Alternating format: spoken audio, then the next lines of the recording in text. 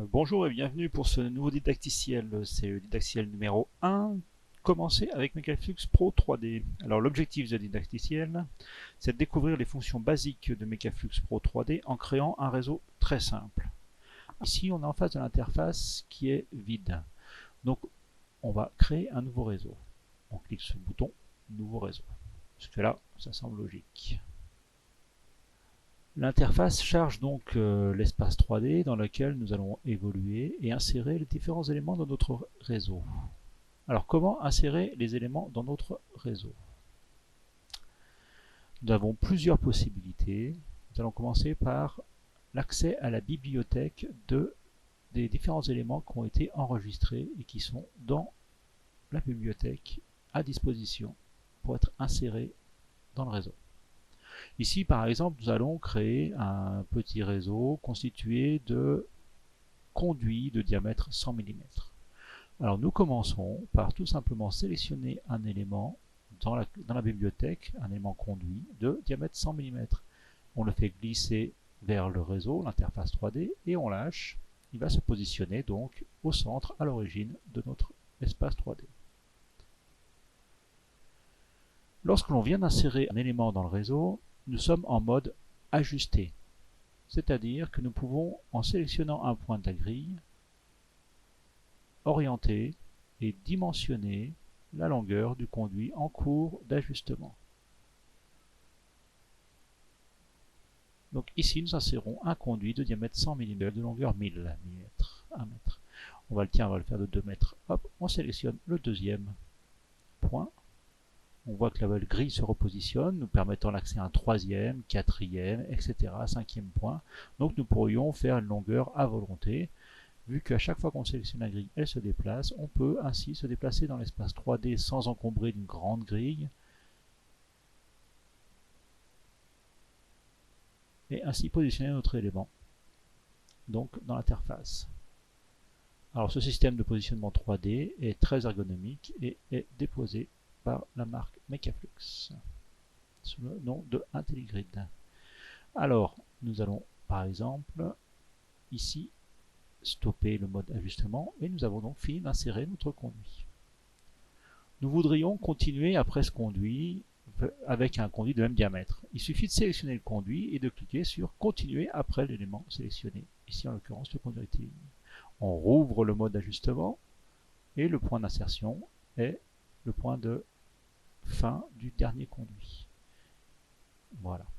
Remarquez ce qui se passe lorsque l'on clique sur valider après une insertion d'un conduit qui est en perpendiculaire avec un autre, par exemple perpendiculaire ou d'un autre angle, mais pas en continuité.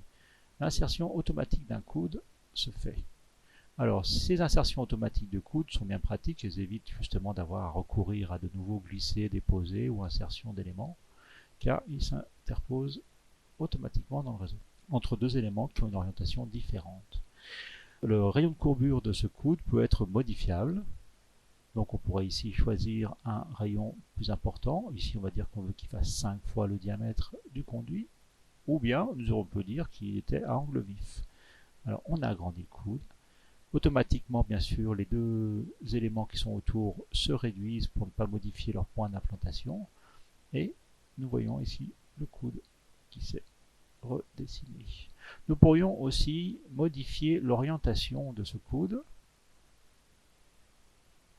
Donc, nous voudrions par exemple qu'il soit dirigé vers le haut ou vers le bas d'un angle choisi, prédéfini. Bon, ici on va le laisser à 0. À 90, pardon. Nous pourrions aussi modifier la déviation de ce coude, c'est-à-dire la direction de la sortie, l'angle entre la sortie et l'entrée du coude. Ici, nous allons redimensionner dans ce coude et nous voyons donc l'interface se mettre à jour en fonction de ce redimensionnement. Nous allons laisser à 90 degrés, qui était notre volonté de départ. Voilà, nous avons vu comment déjà insérer ces éléments très rapidement dans le réseau. Maintenant, nous pouvons aussi insérer dynamiquement des changements de diamètre en sélectionnant le dernier conduit. Nous allons choisir sur agrandir, créer un cône. Donc nous avons une petite fenêtre qui s'affiche, c'est la fenêtre de création de cône. Donc là, le diamètre de sortie est automatiquement proposé à 2 fois le diamètre sélectionné. On va le laisser comme ça. On va juste changer l'angle, faire un cône plus doux à 10 degrés. Et on sélectionne insérer le cône divergent en aval du conduit. Alors non, on va sélectionner insérer cône divergent et prolonger avec un conduit. Ça ferait que cette sélection automatique nous permet donc directement d'insérer et de prolonger avec un conduit de diamètre correspondant. Nous pourrions dire que cet élément n'est pas dans la bonne direction. Donc on dispose du menu ajuster que l'on a vu tout à l'heure et qui nous ramène vers cette interface de sélection, de direction et de longueur en fonction d'un point de la grille sélectionnée. Alors dans le mode ajuster, ce que l'on n'a pas vu, c'est qu'on pouvait directement noter la longueur sur une longueur très particulière, 1,25 par exemple, ou bien nous pourrions dimensionner, donner les propriétés ou l'emplacement de la sortie du conduit en termes de coordonnées spatiales. Donc on pourrait donner son altitude, on le veut à 1 mètre de haut, cette sortie de tuyau. On voudrait qu'il soit à 2 en X, en Y, pardon, et à 1 en Y. Appliquer les coordonnées, et donc là notre conduit est repositionné suivant ce qu'on a demandé. Bon là, ce ne serait pas vraiment pratique ici, donc on va lui donner une direction plus cohérente. Voilà. Nous allons continuer maintenant avec un nouveau réseau dans lequel nous allons voir les raccordements. Alors, nous allons ici donc insérer un réseau de 100 mm comme tout à l'heure. Et comment faire pour créer une bifurcation? Eh bien, il n'y a rien de plus simple, il suffit de sélectionner, créer une séparation. Alors, on nous propose 3 angles par défaut que nous pourrons modifier plus tard. Nous allons déjà choisir donc une répartition du raccord comme ceci. Alors, nous avons le tronçon principal et donc les 2 tronçons descendants qui se sont créés. Alors, il est intéressant de regarder maintenant l'arbre représentatif du réseau. Nous voyons ici que nous avons notre départ 135 et notre départ 135 qui est donc fusionné avec l'autre et qui est symbolisé dans l'arbre par une petite jonction en rose. Donc ça nous permet de nous orienter dans l'arbre assez rapidement en disant tiens, il est avec celui-ci. Lorsque les réseaux sont un peu plus complexes, nous verrons que c'est bien utile de savoir où se trouvent donc les différentes jonctions et avec lesquelles elles sont connectées. Alors nous pourrions repasser en mode ajustement et modifier donc l'angle de déviation de ce raccord. Ajuster, et là on va mettre un du droit, par exemple. Et nous voyons ici que nous avons une bifurcation qui a été mise à jour.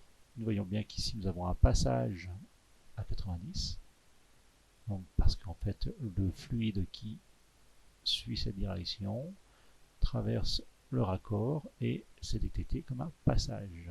Ici on a un petit symbole dessus qui nous fait voir un petit peu la situation. Si on se met sur l'autre tronçon, nous voyons la jonction au départ, c'est bien une jonction au départ à 90, donc ça créerait un angle droit et c'est pas le même élément.